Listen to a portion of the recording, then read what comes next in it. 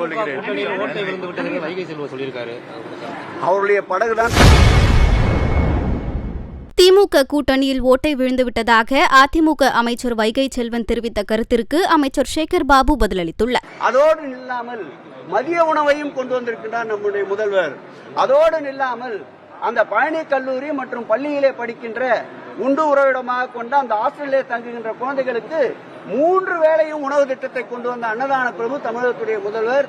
இந்த தொண்டனுடைய கோரிக்கை, இந்த பக்தனுடைய கோரிக்கை நிச்சயம் இங்கே வருகின்ற பக்தர்கள் எண்ணிக்கையை கருத்தில் கொண்டு கூடுதலாக்கப்படும் அன்னதான திட்டம் என்று தெரிவித்துக் கொள்கிறேன். ஓட்டை விழுந்து விட்டது வைகை செல்வம் சொல்லியிருக்காரு. அவருடைய படகுதான் தத்தளித்துக் கொண்டிருக்கின்றது.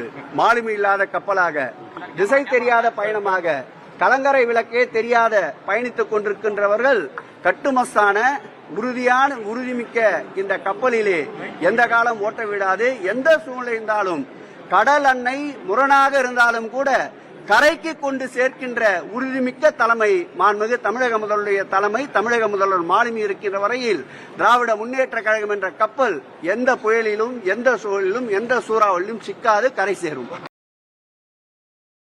செய்திகளை உள்ளது உள்ளபடி தெரிந்து கொள்ள ரெஃப்ளெக்ட் நியூஸை சப்ஸ்கிரைப் பண்ணுங்க.